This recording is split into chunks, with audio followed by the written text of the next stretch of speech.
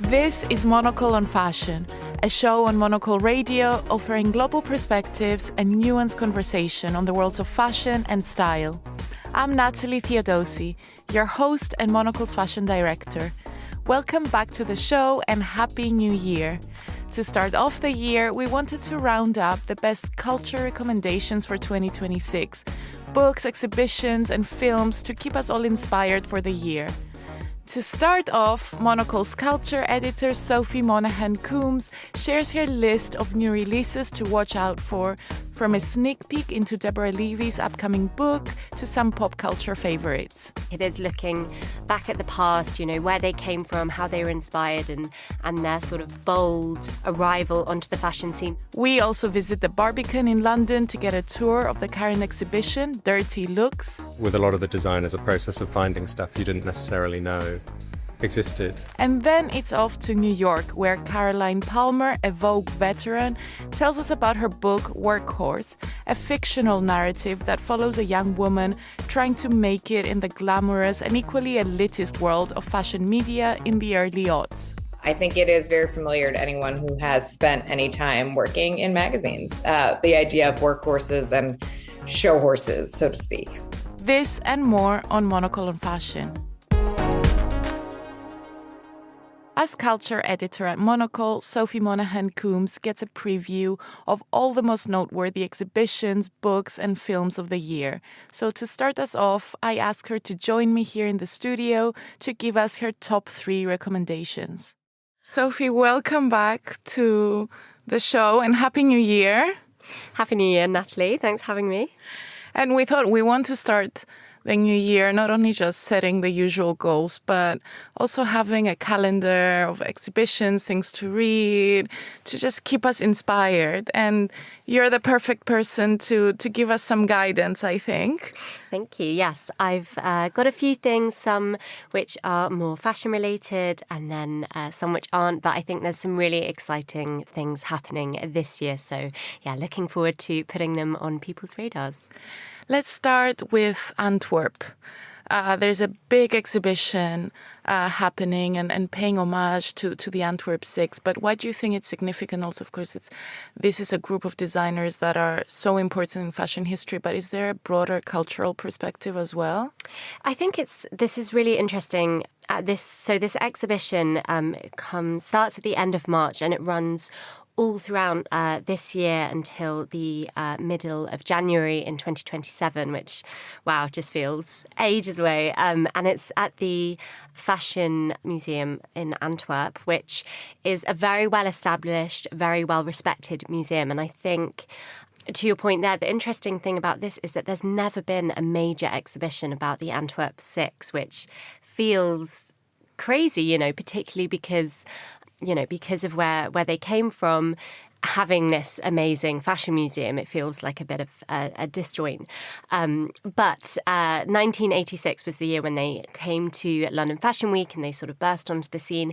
So this comes at a really, a really good time because it's 40 years later. So it's an anniversary show of sorts, and the show will have kind of archival garments, lots of sketches, lots of photographs and behind the scenes things. So I think it will be really wonderful for kind of fashion lovers, but anyone really who's interested in the role that these six played. And I think it will, look at the past, but then it will also think about how they impacted fashion history and the role that the six of them have played ever since then. Absolutely. And I think it's interesting, you say, I never thought about it, that there hasn't been an exhibition. And seeing their work together will definitely be interesting. And I think people will be able to join dots, see why everyone has been looking at their work as a collective, and also a lot of them have passed away. They've moved on from fashion much earlier than other designers, maybe in Paris or Milan. They seem to be holding on to their roles and their status. So it will be interesting, and knowing the Belgians, they really show up for each other. There's now this whole new generation of Belgian designers that are really prominent, whether it's Peter Mulier or Raf Simons, who works with Miuccia Prada. So I think it will spark a lot of interesting conversations, and I definitely want to make a trip out of it. It's worth it if you are into fashion. Yeah, I completely agree. And as you say there, I think it is looking back at the past, where they came from, how they were inspired, and their sort of bold arrival onto the fashion scene. But as you say, how they've influenced the people who are designing today and the people at the top of their game, and how the Antwerp Six have really kind of, their influence has spread and maybe not always been, as celebrated in such a way. But this is a really great one to look out for. Let's hope we can make a Monocle culture trip out of it. Yes. Let's do a collaborative trip. And now on to a book recommendation. Tell me what you have for us. Yes, well, I know you are a fan of Deborah Levy, so I thought I would bring a book that is coming out by her in April this year, and it's called My Year in Paris with Gertrude Stein. Gertrude Stein is obviously the modernist American poet and art collector who spent a lot of time in Paris. And this is a really interesting book. It's kind of a biography, but told as a fiction. So there's an overarching narrative about a British woman living in Paris in today's world, and it talks about the people, her friends, and her kind of interacting with them. And then within the story, she's writing an essay about Stein. So she's researching and writing this essay, and she's just sort of meditating on who Stein was, and the different things that she got up to, and why she made such a mark on both the kind of literary world, but also as an art collector. And it's just told in this really interesting way. It kind of, reflects on today's world, but through the eyes of Stein. She's very, Levy becomes very playful with language, kind of adopts some of the tropes of Stein's work. And I just think it's a really wonderful book. It's very unusual, but I think if you're a fan of Levy or a fan of Stein or just interested in that kind of modernist world that's very glamorized, then I think it's a really great read. Sounds incredible. And like you said, I am a fan. And also on this show, a lot of different designers have mentioned Deborah Levy recently as a source of inspiration. And I wonder, why do you think there's quite a lot of increased attention on her work as a whole? And why is it kind of, it feels quite of the moment, and then there's all this praise around her finally? Well, I think, obviously there's been recent films made out of some of her books like Hot Milk, and I think that's had, a renewed attention on her work. But I think she's just so formally inventive and adaptive. And so I think she, with all of her work, she presents something slightly different. She's not afraid to, put out work that's quite complicated and really sort of respects the intelligence of readers, but also that tells really engaging narratives. So I think it's that, you kind of know what you're getting with her, but you never really know what you're getting with her. And I think this is the perfect example of that.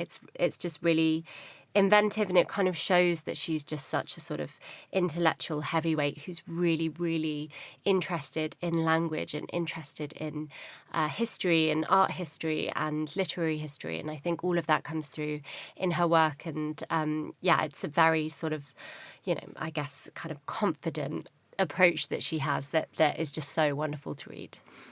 And you speak about complex narratives and someone who's like a real intellectual heavyweight, which we love, but we love high, we love low. So now when it comes to films, we were speaking about The Devil Wears Prada. Mm-hmm. Tell me your thoughts. What are you trying to say about the intellectual The obvious, I think.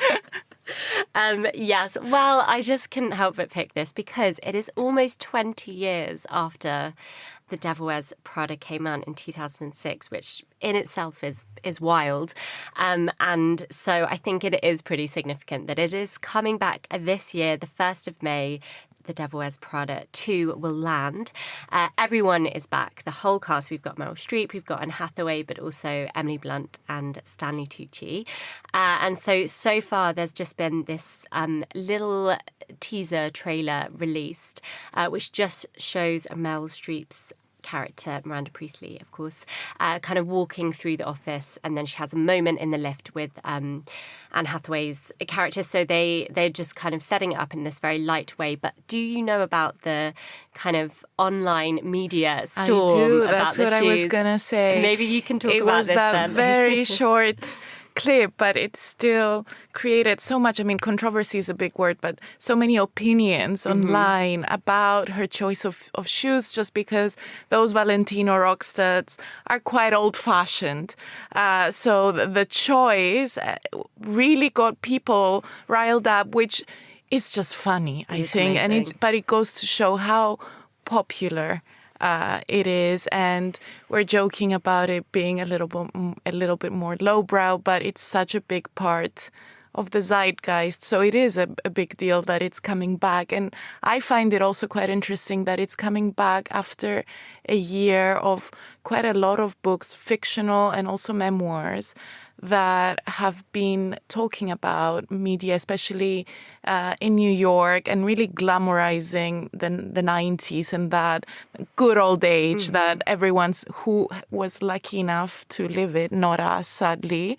And why do you think there's so much nostalgia around and so many books and now films coming out about the golden age of Condé Nast, Graydon Carter, Vanity Fair? What is the appeal? Yeah, it really, I think, for part of it is just that we've moved on so far. And I think now there's enough distance from that time to really appreciate what things were like and how much, the public were willing to pay for media, but also how much money was in it in general. And also, the role of kind of media institutions and print institutions as tastemakers, which, doesn't happen now because everyone has their own Instagram and, celebrities or kind of public figures have so much more control over their image. So I think it's that with enough distance we can see how much it's changed. And obviously it's a kind of lowbrow film, as we were saying, and it's about fashion, and it will show how fashion has changed. But I think it will be really interesting to see how they portray how journalism has changed, and whether this is a kind of hopeful story about the future of digital journalism, or if it just feels quite nostalgic, as the Graydon Carter and some of the other books that have come out this year, they really have that sort of nostalgic feel. So I'm really interested to see what they do with this one.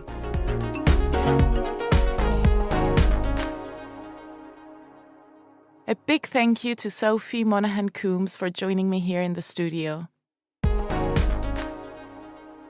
Now let's go a little further east to London's Barbican Museum, where Monocle on Fashion's producer Lily Austin was given a tour of the Dirty Looks exhibition, a show that aims to question the definition of a dirty garment and spotlight ruined evening gowns, upcycled looks, and faux-stained jeans by some of the greatest fashion designers in modern history, from Hussein Chalayan to Alexander McQueen, alongside the works of recent design graduates.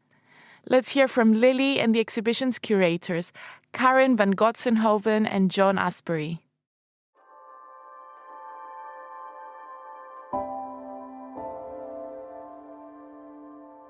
The structure of the show is really upstairs where we have these bays. It's a slightly more historical, cultural narrative through these moments and different touch points where we think dirt has really been explored in interesting ways, whether that's burial and actual dirt, whether it's this idea of the trompe l'oeil wornness, which has become such a sort of contemporary trend as well.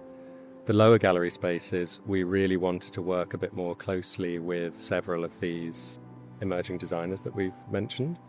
Not necessarily designers who confine themselves to conventional fashion practice, which is partly, in itself a response to difficulties working in fashion at the moment. You see a lot of designers sort of broaden out more into art or sculpture or even performance. And we really wanted to capture how these ideas are still being explored in lots of different types of practice.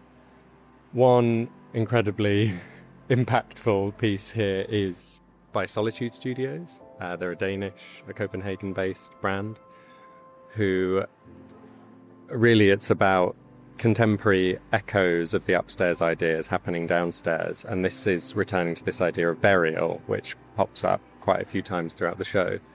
And they were very inspired by practice in the Iron Age in Denmark, but a lot of countries, of using bogs as sites of sort of votive offering. So, all sorts of things have been found in bogs, like jewellery, weapons, even what are known as bog bodies, which you might have seen in some Danish museums, these kind of incredibly preserved human bodies that have been at the bottom of bogs, which has this effect of like almost suspended animation because of lots of things, but I think partly a lack of oxygen. And Solitude Studios put clothing in a bog and leave it there for anything from like 3 to 6 months, and much in the same way that Schleien was using practices of burial. They're really leaning into ideas of relinquishing control. They don't know what's going to happen to the fabric when it's in there. It depends on what the fabric's made of. It depends on the season and what kind of microorganisms are living in the bog. So the fabric comes out not only naturally dyed by the bog, but also sort of consumed with these giant holes, depending on what the fabric is. Some of it is much more appetizing to bog creatures. This installation downstairs, which is called After the Orgy, they took clothes from their latest collection, which was called Before the Orgy, which hadn't been in the bog, and they put them in the bog for this commission.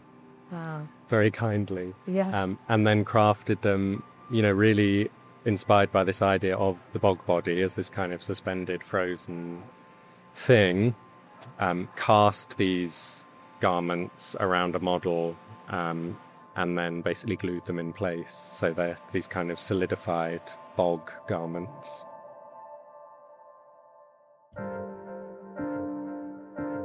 The idea was really a combination of a lot of what we felt we were seeing at the time. So, just going to graduate shows, looking at a lot of work that younger designers were producing at the moment. There seemed to be this thread that emerged of sometimes using actual dirt, as you'll see in some examples throughout the show, but also just leaning in a bit more to ideas of imperfection or rawness.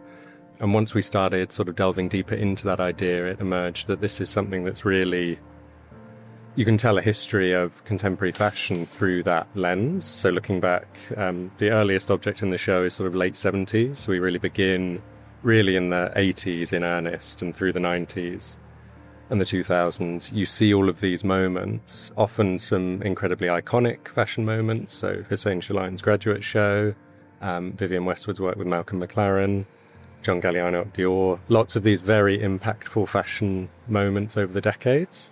You can link to these ideas of wornness or dirt or wear and tear. And we just thought that was an incredibly interesting way to look at fashion, but particularly now because they seem to be ideas that lots of younger designers are returning to. And I think there are lots of ways you could try to understand that. One that we were quite preoccupied with was the idea of it connecting people back to something that felt a bit more real and a bit more authentic in an age when obviously things are quite heavily editorialized, quite heavily curated. Poor choice of word, maybe. Digital. Yeah, and kind of onset of the digital. And again, when these ideas have cropped up in the past, it's always been in reaction to some kind of more dominant cultural force. So in the 80s, it was sort of a reaction to power dressing. In the 2000s, it's sort of a reaction to the onset of greater commercialization and industrialization. And now, I think there's lots of things you can connect it to, whether it's image editing or AI. A lot of these ideas are sort of ones that designers are coming up against and responding to in interesting ways. Yeah, as well as sort of the more sustainable factor or the material crisis in fashion. And I think also, yes, this setting it off against sort of hyper-digital consumption of fashion, whether it's dyeing materials or repurposing them. But obviously a lot of young students today have to work in a system that is already difficult or sort of overpopulated. So you see them being creative with what's already out there and repurposing or reworking materials, transforming them. And of course, Hussein Schleien is sort of the father of that idea of taking existing fabrics and actually giving them back or to nature and letting nature play a role and sort of be its own creative agent, giving control to forces of nature. So that's why we start the show with him.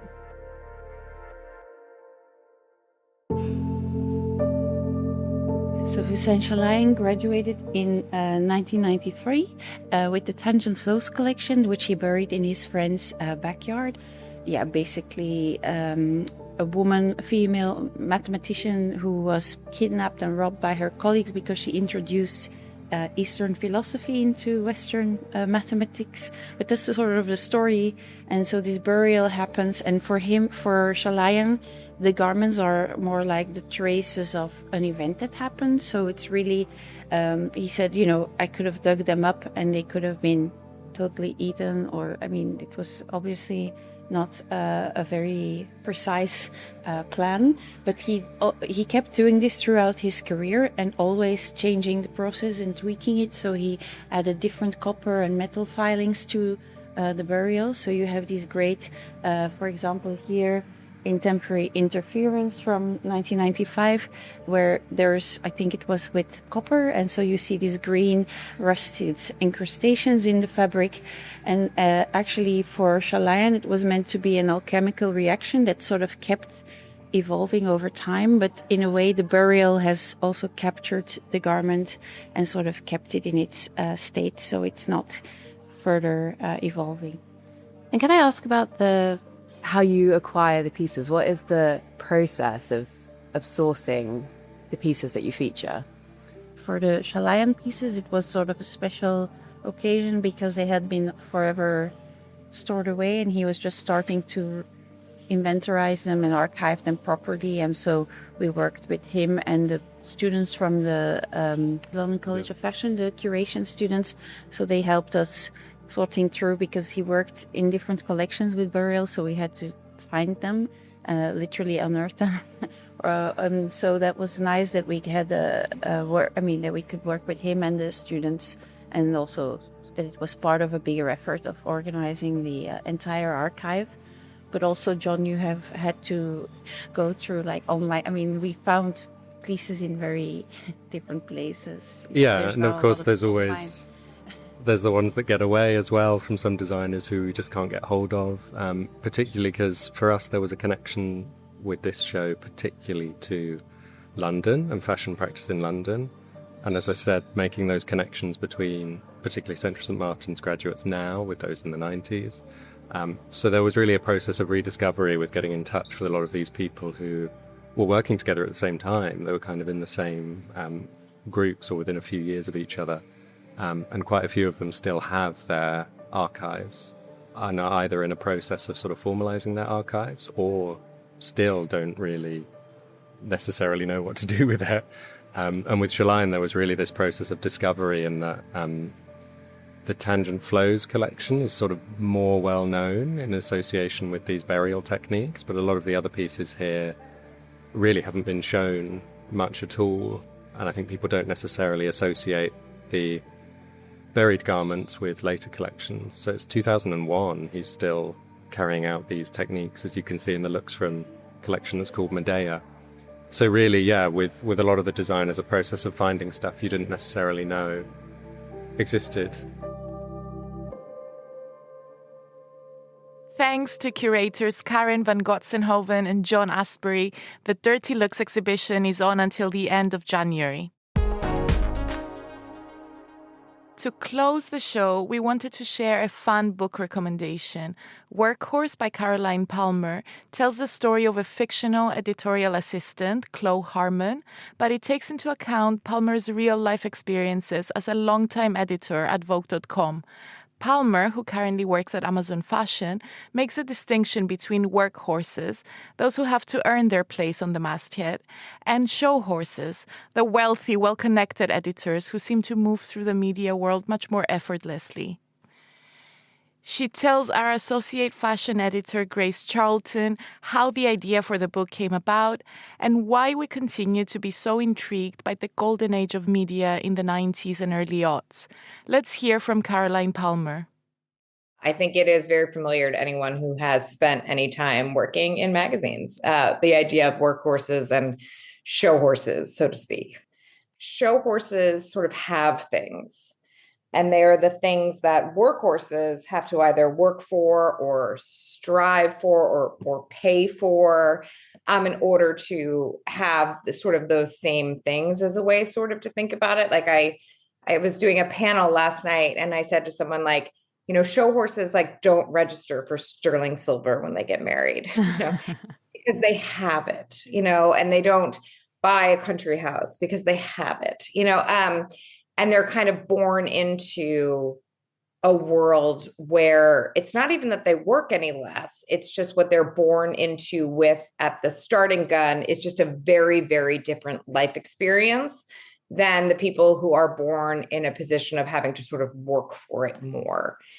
And I also think within the world of magazines, both are absolutely vital to make magazines work, right? You have the show horses that are well connected and kind of burnish the brand, and are also able to, if you need to photograph a house or you need to get someone on the phone, you absolutely need that class, so to speak, of people.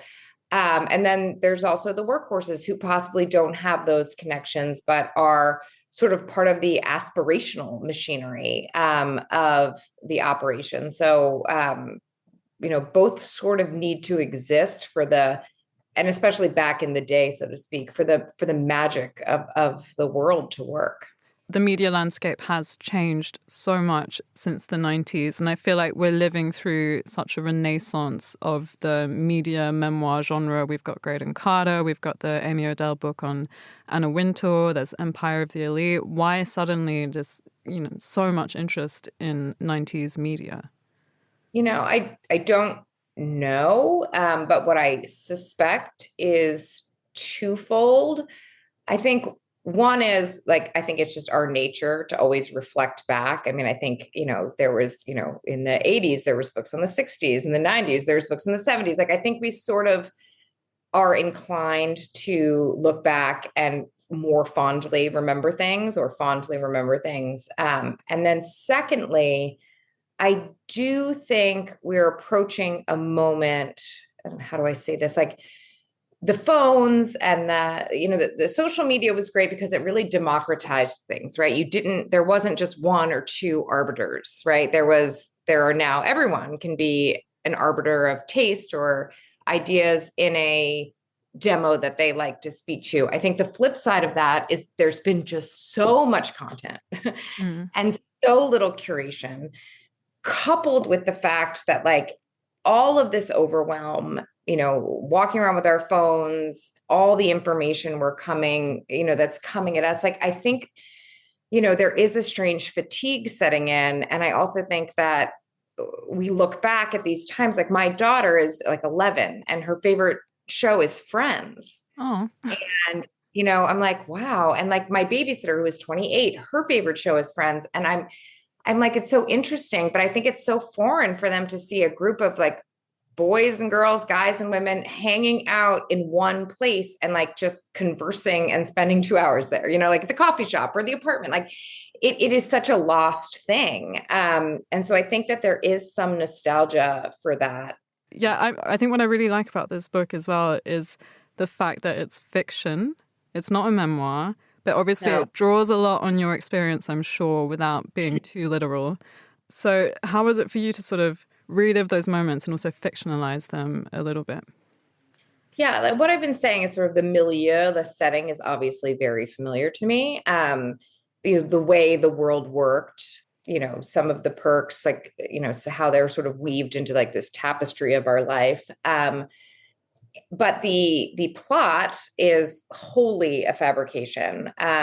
It was funny. I had someone call me that I know sort of recently, and they're like, "Oh, I read your book, and it makes me feel like maybe I need to spend more time with you because maybe you're insane." I was like, "No, it's not me. I was not stealing things and drowning people." It was so. It came. People are like, "Did you keep journals? How did you remember all?" And I didn't. It just came back to me so viscerally. This moment in time. And I think partially you're young, right? And things sort of imprint on you in a different way. And partially it was a really sort of special, exciting time that is like, I can't go back and live it. It's gone. And I think that was really fun for me to write and nostalgic for me to write. And kind of, I marveled at a lot of the, just like, and again, this is being in your 20s, but like the amount we would just drink, like just it's flabbergasting to me that we were like able to show up at work every morning, but we did. And work was fun and the time was fun. And I think all of it was kind of great to revisit in a way for me. And also like, I didn't want it to be, I feel like sometimes this industry is portrayed in a negative sense.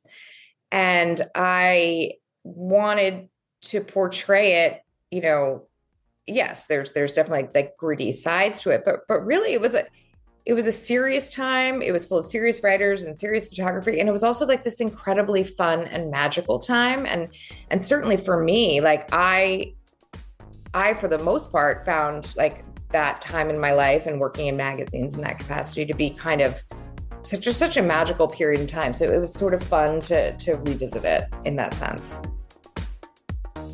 That was Caroline Palmer talking to Monocle's associate fashion editor, Grace Charlton. And that's it for today's show. Today's episode was edited and produced by Lily Austin. I'm Natalie Theodosi. Thank you so much for listening.